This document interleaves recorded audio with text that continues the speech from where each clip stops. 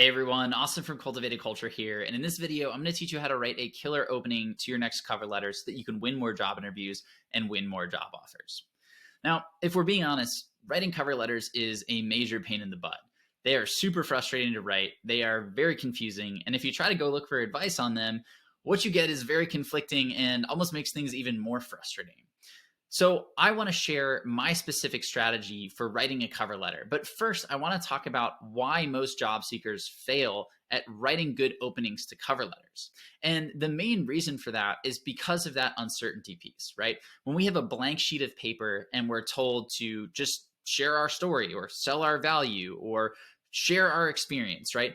There's so many different angles that we could go in, and we're starting from scratch. You just have that blinking cursor on your screen. That's really, really intimidating. And it gets even more frustrating if you've tried to do that and you haven't gotten any results. Nobody's gotten back to you. You've gotten automated rejections. You just haven't seen any results from your applications. So what do? Well, we go seek help, right? And that help usually comes in the form of a Google search. We search for cover letter examples. We click on the first couple of links. We find a template and we say, okay, this is good enough. Let me ad lib my experience here. Let me just swap it in and do some light customization. And then let me just send that off because Google ranked this at the top, so it must be good. And this template seems to be like all the other templates that I see, so this must be the format that works. So let me just send that in. And there's a couple of issues here. So first and foremost, everybody else had the same idea. Literally hundreds of thousands of people are searching for a cover letter example on Google every single month. And they're finding the exact same template that you're finding. And they're swapping in the exact same experience in the exact same places. So everybody's cover letter sounds exactly the same and looks exactly the same. And on top of that, these cover letters are incredibly, incredibly boring. We can even pull up an example here, which came from the very top of Google when I searched for cover letter examples. And listen to this. It's Dear Miss Doe, I was excited to see your job listing for the senior digital marketing position at Westward Strategies. As a dynamic email marketing specialist with 2 years of experience executing market research, analyzing consumer data, blah, blah, blah, I'm confident that I'd be a valuable asset to the team at Westward. First of all, this makes me want to go to bed. This makes me want to take a nap. Like there's nothing compelling here. There's nothing grabbing my attention. And this cover letter looks like the last 10 that I read. So I'm even more prone to just completely falling asleep. But on top of that, this cover letter makes the cardinal sin of job searching, which is that it only focuses on me, the candidate, and it doesn't really provide any value.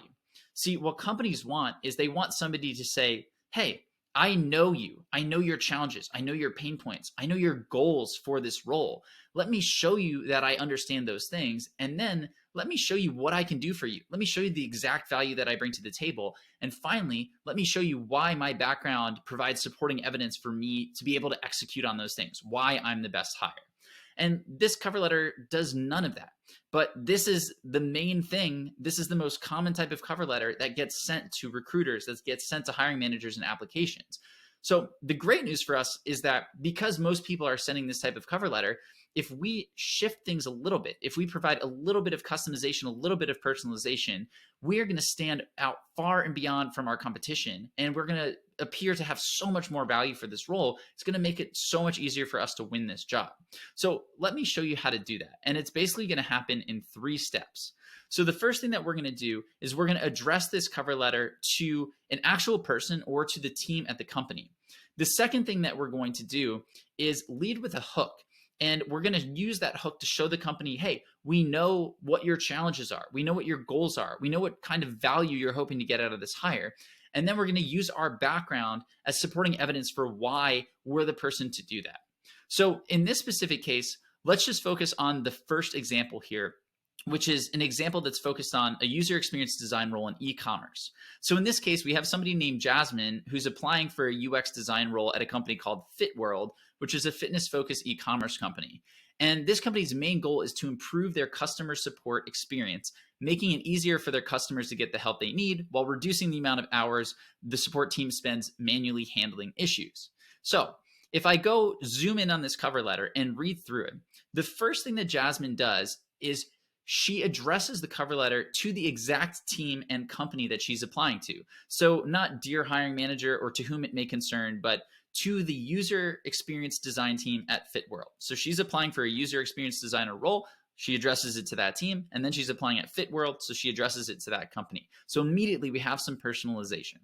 And then she knows from her research, from the conversation she's had, from the research she's done in the company, that FitWorld's main goal for this role is to improve their customer experience through the support process. So her first line is, your customers could be 72% happier than they are right now. So what are we doing here? Well, we're immediately saying, hey, I know that your goal is to make your customers happier.